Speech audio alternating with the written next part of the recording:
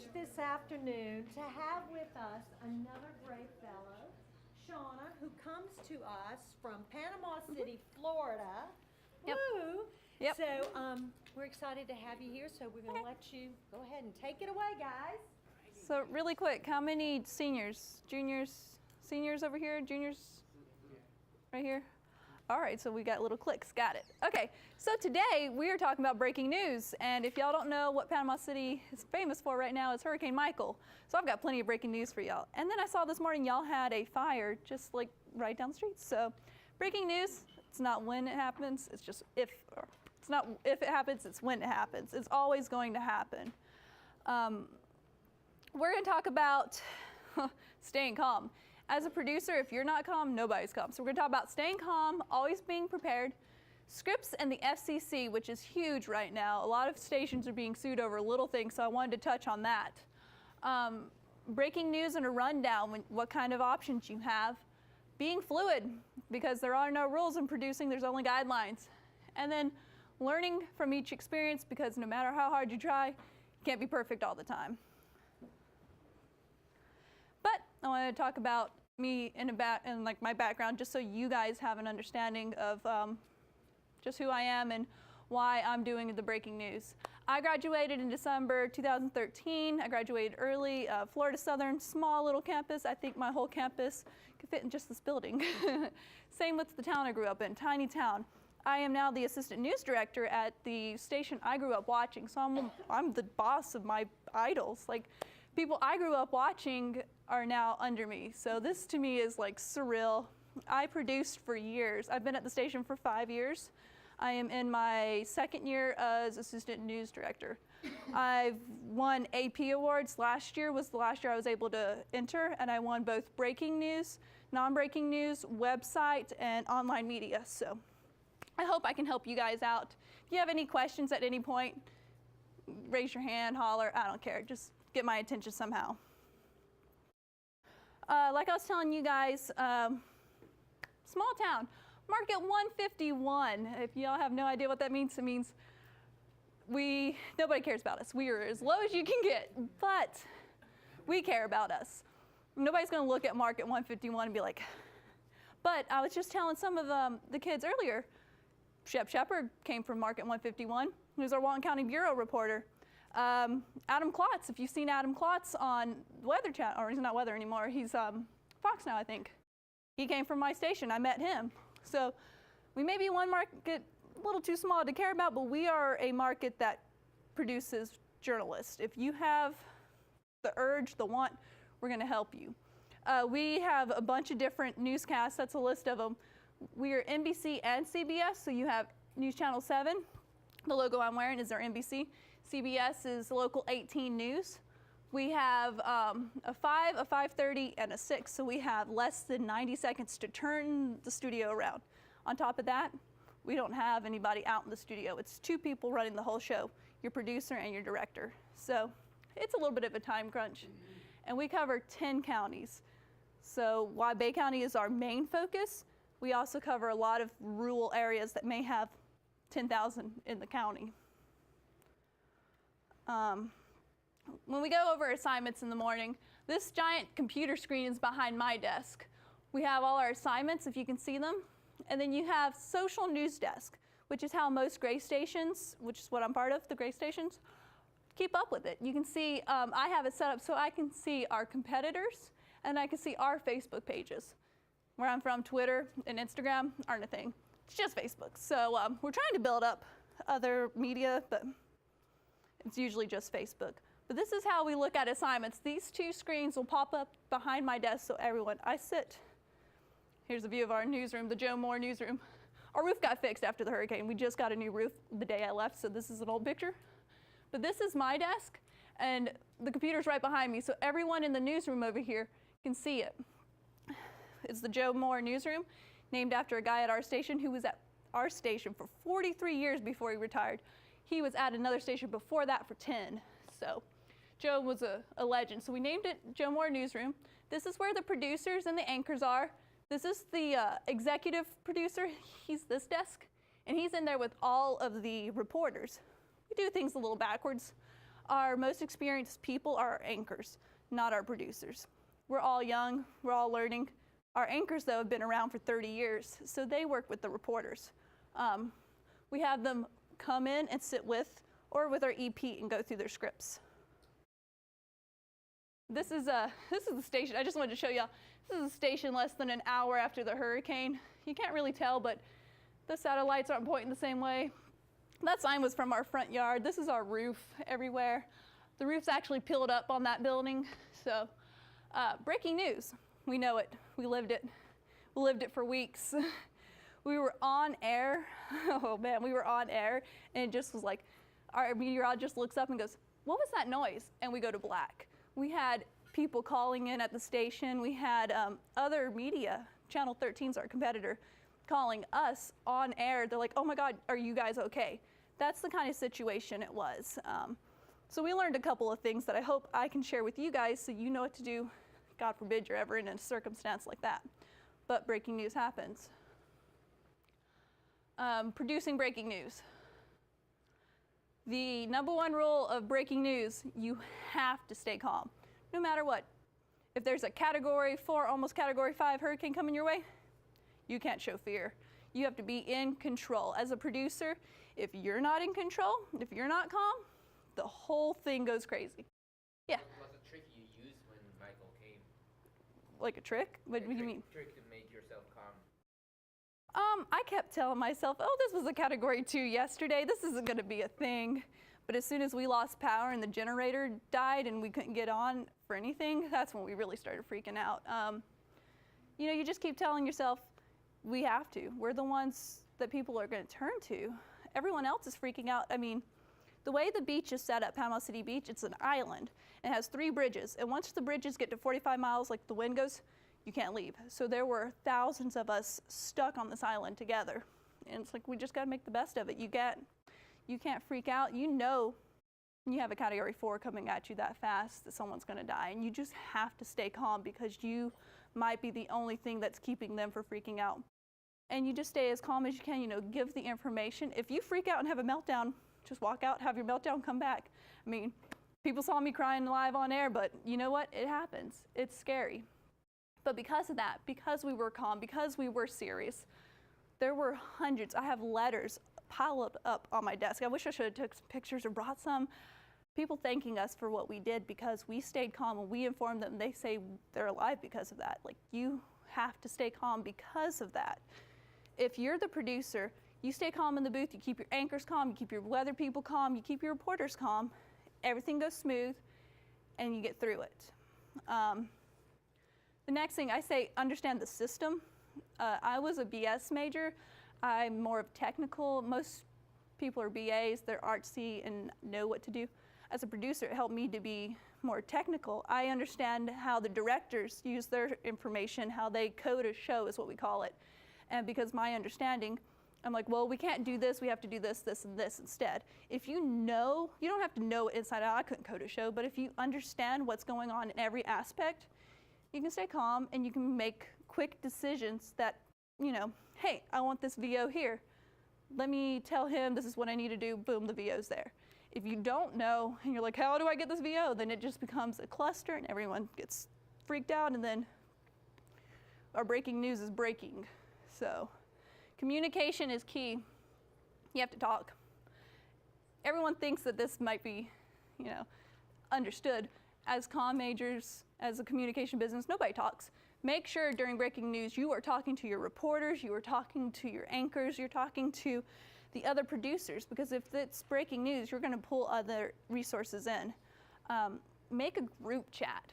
We had breaking news that I'm going to show you guys about an active shooter situation that some people were getting false reports and they were reporting that, but we had already debunked it. So make a group chat between your reporters and your producers so everyone's on the same page. And never be scared of breaking news. It's going to happen. There's just no point. Like, your first time's going to be scary, but after that, it just happens and you get used to it. Especially in New Orleans, I'm figuring out y'all have breaking news every second. Like, for us in Northwest Florida, like once a month, things get a little hectic, but here, everything's breaking all the time.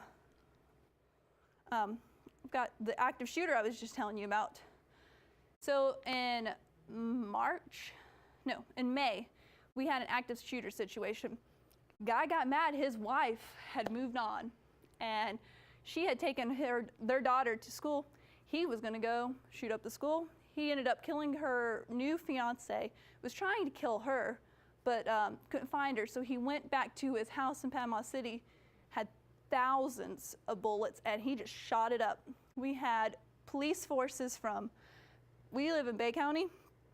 We had Walton County, which is the county over. We had Okaloosa County, which is 2 hours over, which has the military grade stuff that had to come in. So we had this active shooter situation. We were live from 11:45 in the morning till 6:45-ish at night, which, like you saw earlier, we're not ever on like wall to wall. We didn't take any commercials. We were on air straight through all of that. So I wanted to show you guys a little bit of that.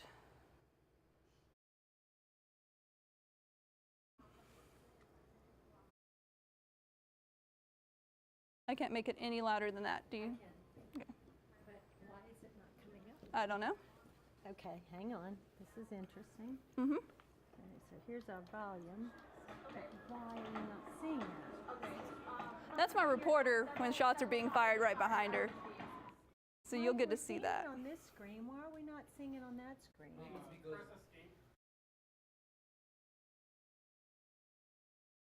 Click what? Escape. Oh, yeah. And where traffic is still moving here going west. I think it's this. See, here's her PowerPoint. We know it's in there. I know, but you need to go Yeah, back do to you want to PowerPoint. change it there and then you take that, yeah. Take out the mirror. There. You got it? Good. All right, Go for it. try And again. here's So my this is my volume. reporter at that scene. I was freaking out.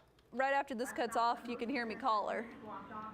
Panama City right Police here. is here, the Sheriff's Office is here, for an active shooter situation. If you look to my right here, I'm going to zoom in a little bit where law enforcement is standing down behind these vehicles. And okay. Okay, I'm not sure if you can hear that. Several shots are being fired as we speak.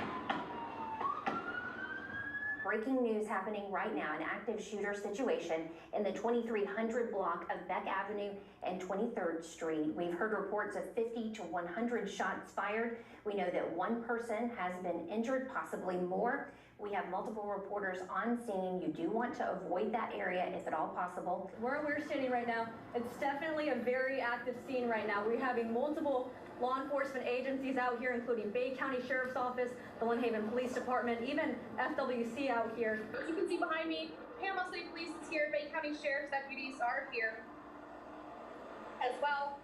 Lots of law enforcement agencies are standing down behind their vehicles as they still continue to search for the shooter. We have reports of 50 to 100 shots fired, possibly more. Actually, when our reporters got on scene, they actually heard even more shots fired than what witnesses were even reporting. We do know that one person has been injured. Once we stopped, we realized what was happening, and we heard the continued. It wasn't one gunshot. It was pop, pop, pop, and then it stopped for a second. Then all of a sudden, pop, pop, pop again. We do now have confirmation that this is connected to the shooting that occurred earlier in Walton County. We do have some video to show you from the scene, so you can see just multiple law enforcement agencies on the scene. So we have Bay County Sheriff's Office, Panama City Police, FWC, and also on the scene Walton County, because it is connected to a suspicious death that they've been investigating in Walton County. So again, this is video from earlier today. We have multiple reporters on scene. In fact, our reporters, and there you can see actually Bay County Sheriff Tommy Ford on the scene there. We had multiple reporters on scene, and they actually heard gunshots as well. And of course, EMS, we do know at least one person has been injured, possibly more. The schools that are on lockdown, I know parents are very interested in that. We have St. Andrew's School, Lucille Moore Elementary, Oakland Terrace Elementary, and the Gulf Coast School for Autism, all on lockdown. All students are safe.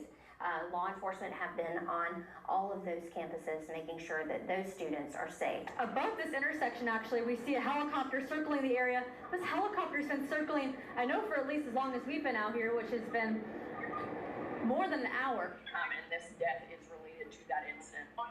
shooting death. We just want to do our due diligence and make sure family is made aware so that we notify next of kin and just make sure that it's sold right away. We realize that this situation is big and multiple news agencies are reporting on it. But as far as our incident here, we're investigating a death and it is related to what they've got going on in Bay County. All right, thank you so much. We appreciate you.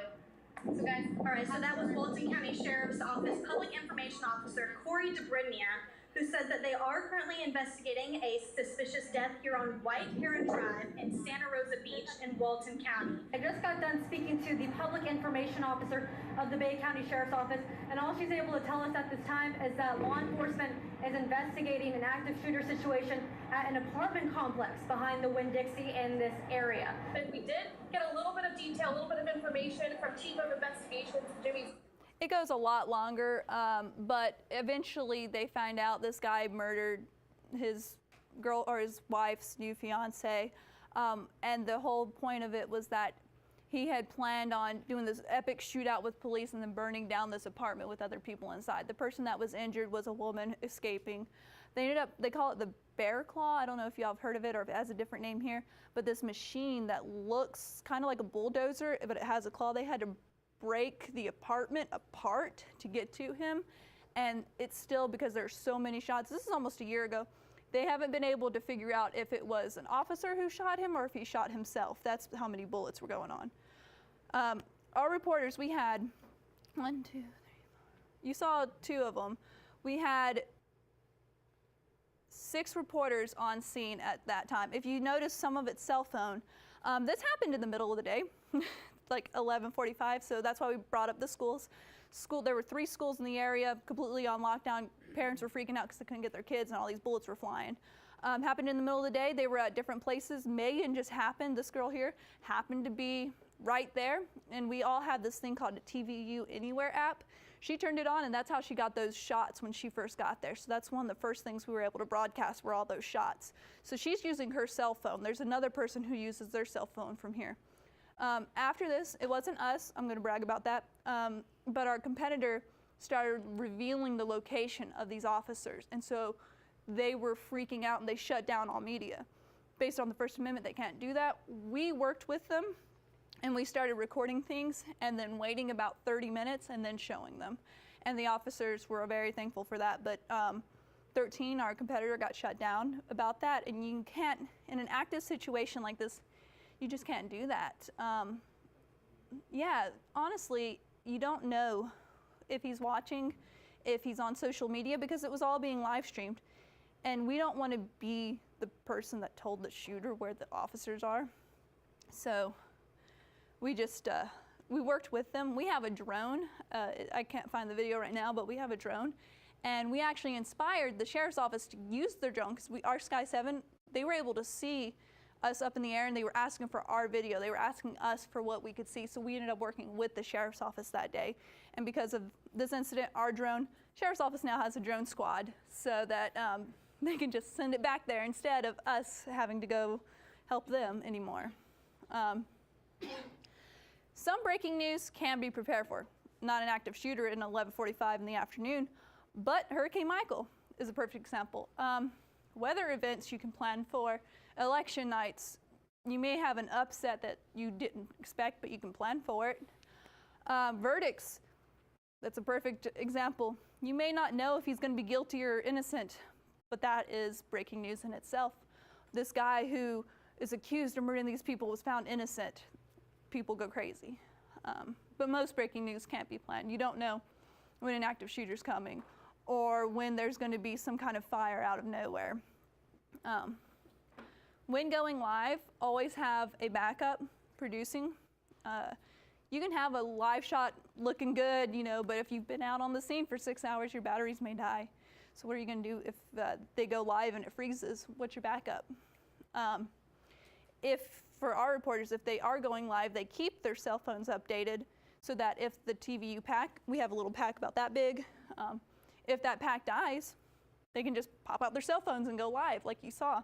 Everyone carries a little mic with them so they can plug it in, live on their cell phone. So always have a backup. Maybe if you need to do a VOB behind them until you get the shot back. Have a VOB floated somewhere in your rundown. You could just snatch it down really quick, put it in there, and then they can read that. You get your live shot back, go to them in another block or later on in that block. Breaking news, scripts, and the FCC. You have to trust your gut on this one for sure. Closed captioning, you can't get around it nowadays. Once you go HD, you have to follow the law. And the law is that you have to have some kind of closed captioning in. So when you have 6 hours of breaking news, you've got to figure out how to meet these guidelines so you don't get faced with any kind of fine. It can be thousands up to hundreds of thousands of dollars, depending on the event. In a breaking news situation like this, it could have been hundreds of thousands of dollars that we were fined with if we didn't get closed captioning up, if we didn't have some kind of script in there. Our scripts and our prompter are tied to our closed captioning, so we had to figure out something. So we just put in the basics. You can put in bullet points, your lower thirds. We've talked with our headquarters, with our corporate. Lower thirds can, not always, but can sometimes act as closed captioning. Sometimes you'll get scripts from reporters, throw that in, and even if it doesn't match exactly, you've got something in that's relevant. Or if all else fails, call a captioning service if you can. We have the Florida captioning that we use back home that captioned the whole thing. They literally listened in and typed it as we talked. So you have options, but you have to go with your gut. Scripts, depending on how your newsroom's set up, always the way to go. If it's breaking and your reporter just gets there like our girl Megan did, go with what you know. You can type up something and just keep repeating that paragraph over and over again so that you have some kind of script or some kind of closed captioning in your prompter or whatever you need to have. Can you give us an example of what you typed for the 6 hours broadcast? Yeah, so at one point, like we were with it as it developed. So we had in a different rundown, we had taken notes, and as things changed, we'd update that script, copy it over. Our web script looked exactly like our on-air closed captioning. So the shooting was reported at this time. So it started at 11:45. First gunshots were reported. We found out it was connected to a possible murder in Walton County. Just bullet points, simple, short sentences. What you saw, Jessica, our anchor, she was ad-libbing the whole thing. She was basing it off of interviews she was hearing and what she was seeing.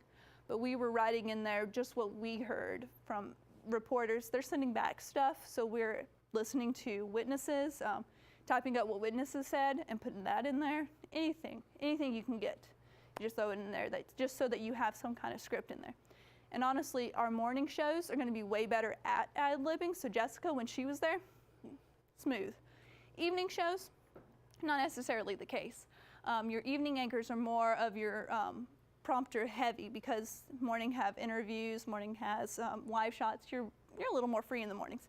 Night's very serious, very strict, very on point. So you need to have some kind of script or some kind of something in there for them to go off of. So we had bullet points with information that we use for them. You have to be fluid when you produce. My thing is, there are no rules in producing. There are no hard rules. There's not one rule is going to fit. So like this active shooter situation may not work for your next active shooter. There are no rules. There are guidelines. You can use mine as a guideline and then mold it to what you need it to be. Producing, go ahead. Okay, so when it comes to like a shooter situation like that, Mm-hmm. When do you decide like when to like, or if you're gonna reveal names of victims or the shooter themselves or like the whole situation in general? Well, in Florida, our laws are very liberal, very open.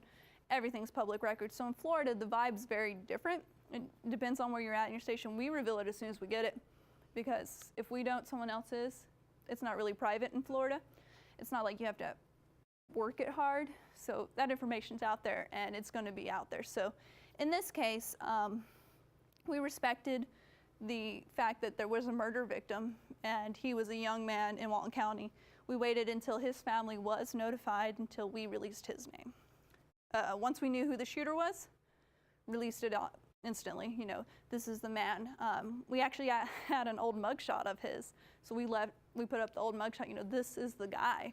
If you have any information that may help, you know, we need that info now so we can get it out there. So for us, we instantly with the shooter, not so much with the victim, waited until the family was okay with it. And once the family knew, we put it out there. And it's different. It's different every situation, different every state, but and it's different in every community too. So you just really have to know your people. We call it Sally back home. You have to know your Sally, who your viewer is. Does your viewer want to know? Our viewers are very pushy, and they do want to know. And they know if they can't get it from us, they're going to get it from our competition. So we went ahead and revealed it. It's different, but just feel it out where you're at with your station. Breaking news, some producers are scared to put breaking news multiple times in their show. That's crazy. It's breaking, it's new, it's happening. That's what people want to know. Yeah, maybe you have this great long feature package about a guy who carves trees or something. Put it in the tin. Nobody cares. All they care about is this fire at the moment. They care about this active shooter at the moment. Save the feature for when they can appreciate it. So feel free to adjust. Feel free to hit something multiple times. You're the producer. You're the person in charge of that show. Make that decision. Know what's breaking and what's happening. Wall-to-wall coverage, that may happen to you. It's not easy. It's not, but it happens. The shooter situation, wall-to-wall coverage. Hurricane Michael, wall-to-wall coverage for 15 days. We were on at 4:30 in the morning, got off at 11:30 at night. No commercials whatsoever. So you learn to produce breaking news that's wall-to-wall. In that sense, when there's wall-to-wall, you need to have a backup producer. We call it in the booth, the producer who's talking to the reporters, who's coordinating things with the reporters and the anchors. She or he is doing one thing. The other person needs to be grabbing that video, whether they're sending it back, we transfer through the TVU, through an email, grabbing that video, editing, writing. You need to work together so that somebody's making full, somebody's making super, somebody's editing video. You're all working together. May not be your typical job, may not be the one you want. Maybe you want to be in the booth where all the excitement is. But what you're doing is still important. Okay, so we're going to try this again. This is some of the Hurricane Michael stuff, if I can get it.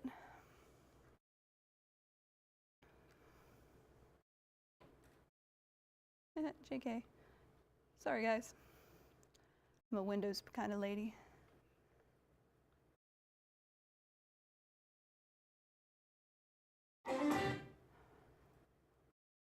Just so you guys know too, we just found out about AP awards back home right before I got here, and we are going to win some kind of award, either first or second place, for the active shooter situation. Our breaking news for the hurricane didn't win, which is sad because that's what we did, but what you're about to see is a lot of cell phone video because all electricity went out and that's all we could use. And then even with our cell phones, our work phones, our iPhones, were all Verizon, and Verizon's towers were completely wiped out. So we didn't have cell service for 2 weeks either. So just putting that out there so when you see this, you understand why it looks the way it does. Live from WJHG, this is News Channel 7 Today. Hurricane Michael is closer to making landfall. I'll have more on how it's looking in Panama City coming up. Hurricane Michael hasn't quite hit yet, but we're already feeling some of the effects in Franklin County. I'll have the details coming up. But we want to head over to Ryan Michaels. And Ryan, this is a storm unlike anything we have ever seen in the Florida Panhandle. Right, you know, we listened to Tyler in the last hour talk about several of those storms that we've all been through. We all know the names. Right. Eloise, Ivan, Opal, all the ones, Kate even, Hermine, that have left scars. But this is going to be a gouge. 140-mile-per-hour winds. Pressure has fallen now again. 937 millibars with this system. It is continuing to strengthen further. Hey Jess, yeah, we're actually underneath the marquee at the Martin Theater downtown, and it is eerily quiet. That's right, I'm in Apalachicola off of Water Street, where I can already feel the effects of Michael coming in. With the wind is picking up, the rain is starting to come down. Okay, folks, unprecedented storm system heading towards the Panhandle, something we've never seen before. Category 4 storm, likely to make impact here in Bay, Gulf counties. as we head into the mid portions of the daytime today with landfall. The emergency operation officials are hard at work, and I was just told a little while ago that they'll be talking in group with the National Weather Service in Tallahassee with a conference, and of course when they get more information from that meeting. Things have kind of picked up a bit. The wind has picked up. It's raining a little bit harder now. We really haven't seen anybody out on the roads, which is a good thing, other than Panama City police officers. So we had plans to check out the coastal waters of Port St. Joe this morning, but we decided it was best to find shelter and get ready for what's to come later today. So that's why we're here at the Gulf County Emergency Operations Center. Now, even though Hurricane Michael is just a few hours out, we felt the need to move inland because the winds and the rain were picking up so much.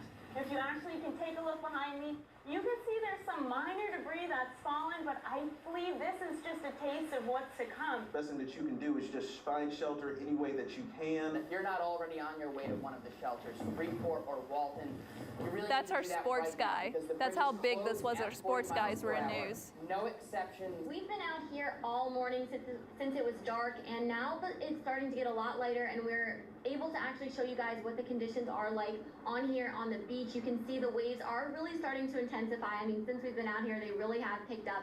Same with the wind and the rain. It's just continuing to get worse out here as Hurricane Michael is getting closer to us. It's no longer safe to be along the roads. Take a look at this. Here comes one of those waves right up the boardwalk at the Sandpiper Beacon here, just right on cue. The waves are picking up. The surge is starting to pick up here, folks. The storm system is getting ever closer. We've been watching this walkway, and I kid you not, about 10 minutes ago, it was dry. We're at the Jackson County EOC in Marietta, where you can tell it has started raining, and the wind has just started to pick up just a few minutes ago. Wind is the big concern here in Jackson County, as you heard Ryan say. Even though we are inland, we will still feel those hurricane force winds up to 145 miles per hour. I want to take a look behind me and look at the double red flags that are obviously flying here at the beach. You can kind of tell about the winds. They are really starting to pick up, and so are the waves. You know, we've been out here all morning, and you know, it was dark, so we couldn't really see what the waves are looking like. But as it got lighter, I mean, the waves are really picking up. Winds obviously are too, and same with that rain. I'm in Destin right now. I don't really have anything else to add about the conditions. You can see it's going to be just about the same anywhere you go. A lot of rain, a lot of wind.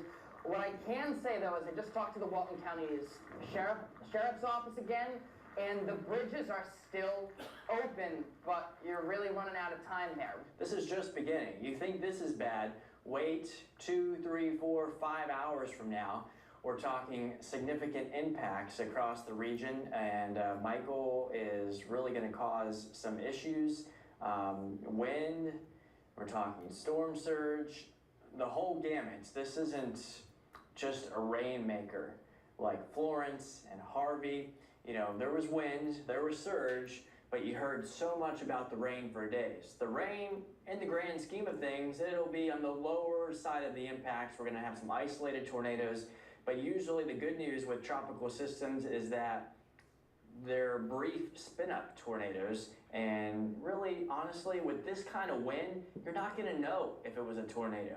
It's important to note that first responders, they're not going to be going out now at 39 miles per hour, sustained winds. They're not going to be on the roads. That's for their own safety. Right now, it definitely looks like we're going to be talking about a landfall somewhere across Bay County as we make way into the early afternoon hours, possibly the western part of Gulf County, but it's going to be a direct hit across the heart of Northwest Florida. Never had a Category 4 hurricane make landfall here, and that's what's going to probably end up happening. So I'm going to skip ahead to about where we got knocked off. A bathroom, a closet. Treat this like it was a tornado warning. We were on the air telling you a tornado because this is So that's where we lost Hey guys, it. we lost power. We're going. And this is how we were broadcasting for the next into 36 hours. Central room. Just wanted to kind of give everybody an update on what's going on. We are now in an interior room of the TV station. Jordan is holding the flashlight here. Hi. We would recommend that you get into an interior room right now as well. That's going to be the safest place for you to be. Some of the worst is moving over us at this moment. Do not take any chances. If this is the only way we can communicate with you, I'm begging you to stay where you are. I've got all my reporters I'm telling them constantly to stay where they are. Do not try to go anywhere, go into that interior room until this is over. basically, right now, the eye is now crossing over. Mexico Beach is in the eye wall, and Tyndall Air Force Base, Panama City, Parker getting the worst of it. The worst of the weather now in Callaway, Panama City, Mexico Beach. You can hear the wind going through our tower behind him. See around the station, the trees are bent sideways, and there's several pieces of trees down. That's why you want to go ahead and be in your safe place, because this is all heading inland, and if this is just making landfall. Well, my friends were kind of surveying the damage just pulled out of the station. This, by the way, isn't recommended at home. But we are being very cautious, and definitely don't do this once the sun goes down. Made the trip over to the Hathaway Bridge. As soon as we got to Gulf Coast State College, we started seeing damage. Lots of structural damage, lots of trees and power lines down. Highway 390 is inaccessible once you go north of 23rd Street. It's impassable. If you're out of the area, and you're safe, you need to stay there. There's no water, or if you do have water, you have to boil it. There's no power. People are just walking around. We're on 98, this is 98, right? Firestone. So what is this? We're approaching Balboa Avenue. Okay, good afternoon, everyone. Meteorologist Chris Smith, Ryan Michaels here. We're going to, in very limited form, try and pass along some information as best we can. We're as limited as you are, to be honest. We have crews that are out across the panhandle. So that's how we were broadcasting for the first, however, we were able to hook up one camera, which is the camera they're looking at, and then this is Chris Smith, our main meteorologist. It's his cell phone. We had 3 working cell phones. Mine, which we used to talk to corporate and we used to talk to our families. Chris's, which we used to do our Facebook Lives. And then Tyler, the one that was crying earlier, he was the only other one with a cell phone, so we sent him out. And I mean, we were one of the first people in, and these are all cities. Tyler actually has since left our station because his house was completely destroyed. He just got married. Him and his wife had nowhere to go, so he had to leave our station. We lost another reporter who lost everything. One of our producers lost everything, but was able to find a new place to live. So it's been an interesting way to cover breaking news, to say the least. We couldn't play videos. I don't know if I put it in this video or not, but we started shooting things on our phones and just holding our phones up to the one camera that worked. We held up our laptops to the one camera that works. In breaking news situations, you work with what you got. You may want better, you may want more, you work with what you got. And that's what we did. You asked about being calm. Tyler, the one who was upset, actually had broken down the day before we had even got the storm, crying because he realized, people are going to die because people aren't going to take this serious. Ryan stayed calm through it all. Chief meteorologist, the tall one, he was on air when it went dead, like you saw, but right before that, there's this loud pop in the news or in the studio. Everyone else had already moved out except for the meteorologist. We didn't even have a director or a producer in the back because it was so dangerous. The meteorologist didn't want to leave. He heard this loud pop and he freezes and he looks, and you hear Ryan, the guy next to him, say, "Our roof just bent up." And if you looked in the corner, there were lights. The roof had come off in that corner. And so we got knocked off, but this is how we kept going. This is how we covered breaking news. It doesn't stop because of a storm. There's still things going on out there. Like people who didn't know if their homes were still standing were going to our Facebook feeds, and we were trying to find people. We were trying to find whatever we could to give these people some kind of relief. You had a question? Yeah. Can you tell me which mobile company you those 3 working? So Verizon was completely wiped out, which is all our work phones. I have a Cricket phone. Like, go figure, Cricket Cricket stayed, my fiance also has a Cricket phone. He was an hour north of me in Jackson County, which is one of our rural areas. During the eye of the storm, when it was passing me at the station an hour south, I was able to call him until the eye passed me, and when it got to him during the eye, we stayed on, never lost signal. AT&T went down, but they came back, so that's what we were using. AT&T were the two Mets, so go Cricket, go Cricket. Yeah, this phone right here is how we broadcasted and how we communicated. So I'll never give it up. Go Cricket all the way. Lessons learned. We could have done things better, but when you're in the height of the moment and so many emotions, you're trying to stay calm, but you're feeling those emotions. There are just things that you think about later on. It's like, oh, I should have done this instead, or I could have done this instead. So with those lessons learned, there's just things you know what to do for the next time. Understand how your technology works is a huge one. When we went HD about 5 years ago, almost 5 years ago, I was one of the few people who really wanted to learn what the directors were doing. So when it comes to breaking news, I was able to get that going. The producer after me, she didn't really know how it worked, and so she'd crash the system. One of our other producers is notorious for crashing the system because he doesn't understand it. So that's one thing you need to make sure you understand all bits of your technology. Even if you're not using it every day, just understand how it works so you don't break it. So when you've got breaking news, not everything's broken. As a producer, this is the biggest thing I could emphasize is you have to be that bridge that connects everybody. Your reporters are trying to get info, but they don't know what the other reporter's gotten. Your anchors are calling people on air. They don't know what's being said, so you have to be the one that keeps everyone informed. You have to connect everyone. Group chats are perfect for that. Fast is important. Accurate is more important. Yeah, you want to be the first one out there with the news. Well, if you hear scanner traffic, there was a stabbing, and you report that stabbing. Turns out it was a shooting, and you've been reporting a stabbing this whole time. You just lost all credibility. Why would I continue to watch you? So you have to make sure you always get the facts right. You don't just go with what you think is the first thing said. Like the scanner. Never report scanner traffic, never report a rumor on Facebook. You call some official, you call somebody that's a source that you know you can trust that will get you the right information, and you confirm or deny what you're hearing on Facebook, on scanners, whatever. Don't try to talk about it right after the show. You're trying to stay calm. You're trying to fight your human emotions. So after the show's over, you're like jittery, you're freaking out. Like, take a minute, walk around, do whatever you do. Don't try to meet about that show right then. You're not thinking clear. I say if you have a huge breaking news day, wait till the next day. Wait till you have all your emotions and you're done with whatever it is, whatever connection you had, and then meet with your group. Usually you meet afterwards to talk about the show, what you can and can't do better. Breaking news days, we don't. You wait till the next day when things are calmed down, but we're a small market, we can do that. We have that option. Calm down, figure out what's going on, make a new plan of action. Because if you're trying to do it when you're all like hyped up, it's not gonna make sense. The very first breaking news I ever dealt with was our FWC officer, David Brady, being shot.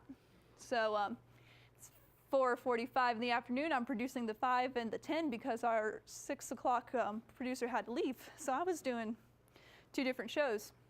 And so 3:45 rolls around and there's a shooting. And all my reporters get pulled, all my content gets pulled because they weren't done with their stuff and they're covering this. So I had to figure out how to cover this. David Brady on the bottom, and then this guy up here is the guy who shot him. We were the only ones to catch him because we were listening to the scanners trying to figure out where he was. We sent a crew out there, we were the only one to see him right after he was arrested.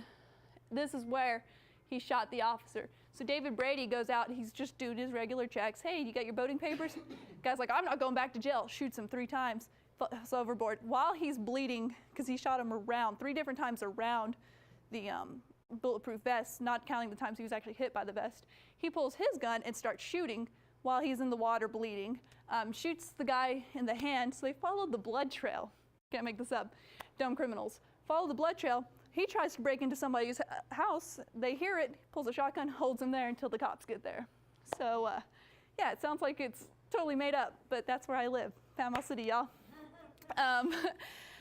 Yeah, they hold him by the shotgun, and then they arrest him. He ended up being found guilty. The other guy that was with him on the boat pleaded no contest, ended up testifying against him, got lesser time. Officer Brady was recognized by the state for his efforts. Still goes out on the water every day because he wouldn't see it any other way. So that was the first breaking news I ever saw. But like I said, it broke. My whole show was shot.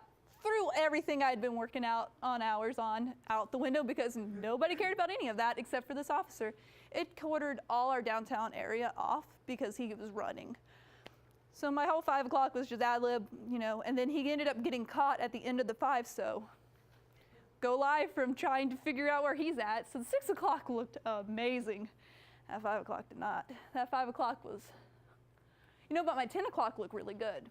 So my 10 o'clock was pretty. That 5 o'clock was rough, but I learned, and that's how I know you always have a backup for everything. You learn to do the captioning. You kind of learn to be fluid after that, because when he was caught, I cut off the anchor and I was like, we're going to you live. So you just kind of learn in those situations, trial by fire. The active shooter situation, this is that big thing I was telling you about that has the claw above it. I don't know if you can see it right there. That's how they broke into the house. It's the weirdest. This seems like it would be on an episode of like CSI, but not Panama City. But that's what you're looking at, is the giant claw that they broke into. We had military grade things out there, and the bottom is where they found the body in Walton County. That was my first wall-to-wall coverage ever. And I had recently been moved as to assistant news director, so I wasn't really producing at the time, but I jumped in and produced. Our poor girl, we had 2 new girls. Like, the girl had started the day before and another girl had started the day of. And they were just sitting there like, what do we do? It's like, answer phones. So they just answered phones. I was pulling videos. I was making full screens. I had one of my producers who was a little more experienced. She was in the booth calling all the shots. So it was very different. And then when we were able to get the night crew in, because, it happened at 11:45, like the most awkward time ever. We just pulled everybody in, and once we got that, I was able to jump out of that role, have someone else jump in. We were able to relieve her, so each producer took on a different role. Usually at our station, producers do everything. We make graphics, we make the OTSs, we assign reads, we write stories, we do everything. Not that day. We just each took one thing and did it best we could. Hurricane Michael. Sky 7's our drone. So I like to feature that. That is what we were looking at. That building's one of the most known buildings. It was the first tall building we had. Right next to it is something that's about 10 stories taller. So it's about an 8-story building-ish. Completely blown out. You can see right through it. And the building right next to it, not a single scratch. It was so weird. The apartments right behind it, you can barely see in there. Every single apartment in that complex was destroyed. That's where one of our producers lived. So she had to move out to the beach. Debris, they're still picking up debris 5 months later. And then waiting on FEMA. Y'all may, since you're here in New Orleans, you may know this. FEMA doesn't work as fast as you think it does, and so people were getting kind of mad. We had a whole bunch, I think we had 4 tent cities at one time. People had nowhere to go. They had nothing they could do. They had no food, they have no water. There have been people coming in and helping us, but for a while there was nothing. So Hurricane Michael was news, like I was telling you earlier, there's news you can prepare for. We kind of prepared for it, but we didn't expect it. Like, went to bed at 10 o'clock that night. It was a medium 2. Woke up at 2 o'clock in the morning. It was a strong 4, possibly going to hit us at a 5. They still don't know because it destroyed everything. So it could have hit us. We know the last time they measured was 155 miles an hour. And we were right there at the eye wall. So we prepared for a category 2, so we were somewhat prepared. But, you can't ever prepare for all of it. Breaking news isn't a single instance. Sometimes it goes on for days. Maybe you have a fire that keeps catching it up again. You get another little flare-up. Wildfire that you can't control. Goes on for days. Don't ever think it's done, because that's when it'll get you. Like I was telling you guys, we were wall to wall for 15 days. during election season.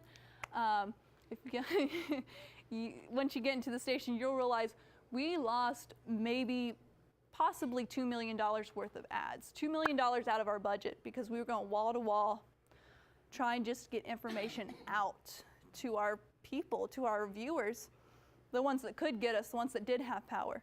And the ones that didn't, every day we'd go in groups of 2 and we would just tell people. We made these little sheets because we had power at the station, we had a generator. So we made sheets of everything that we learned about. We typed it up, printed it out, and we were handing out sheets about where you could go get food, where you could go get water. And you know, you may feel like you're repeating yourself, especially if you're wall to wall, but not everybody's watching it at the time you said that. So you have to repeat yourself. Breaking news, repeat it. They may have heard it, they may not have heard it. You don't know if somebody's been sitting there like this on the TV all day. Most likely not. So you want to always repeat the most important stuff that you have. So, any questions? Breaking news? Yeah. How do you guys cover spring break? Well, spring break has calmed down now, but it used to be like, I don't know if y'all know about the spring break laws.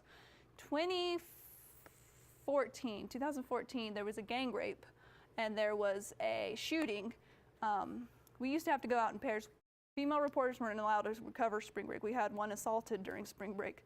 So female reporters couldn't cover it. It was so out of control that we just didn't. We stayed with the police. Now that we have a spring break laws, so much easier because you can't drink, you can't drive a scooter, you can't do just about anything fun. Everything closes at 2, so now it's like 100 times safer, and so we don't have to do that anymore. But we used to have to go out in groups, especially after the assault. Mm-hmm. So I know y'all have MMJs. I actually just applied to your station. Oh, okay. I'll have to tell her about you then. What's up? But like I saw during like a little bit during the shooting and then like during Hurricane Michael, it looked like they had a photographer. So how do y'all? Okay, so during the shooting, we did pair up because it was a dangerous situation. If it's a dangerous situation, you'll never be alone, especially the female reporters. I don't know if y'all saw Jarrell, but Jarrell don't need another person with him. He's kind of big and scary by himself. So he was the only person by himself. And honestly, you'll only have, it's mostly an MMJ world. You'll have a photographer if there's some kind of dangerous situation. Like after Hurricane Michael, our Gray station sent so many people, sent 20 people, I think, to us at different times over the weeks and sent supplies. So that's what you see a lot of MMJs with other people during the hurricane. Stephanie, she was in the courthouse. Another sister station had sent down a photographer to be with her so that she wasn't alone. Gail and Megan were working together during the hurricane. Jarrell and Blake were together, so we paired everyone up. And then when the other stations came in, they all had working phones because we had told them, you know, Verizon doesn't work, so they went out and bought other phones. So we put people with working phones with other people so that we had communication at all times. But most of the time, you'll MMJ. During the active shooter situation, Megan was by herself. Don't recommend this, but she wandered off and she got really close to the shooting. Got great video, but don't recommend it whatsoever. Don't do it, because I almost cried when I heard the gunshots on her video. I was freaking out. Like right after I cut it off, you can hear her phone ringing for me calling her. So, but yeah, MMJs mostly.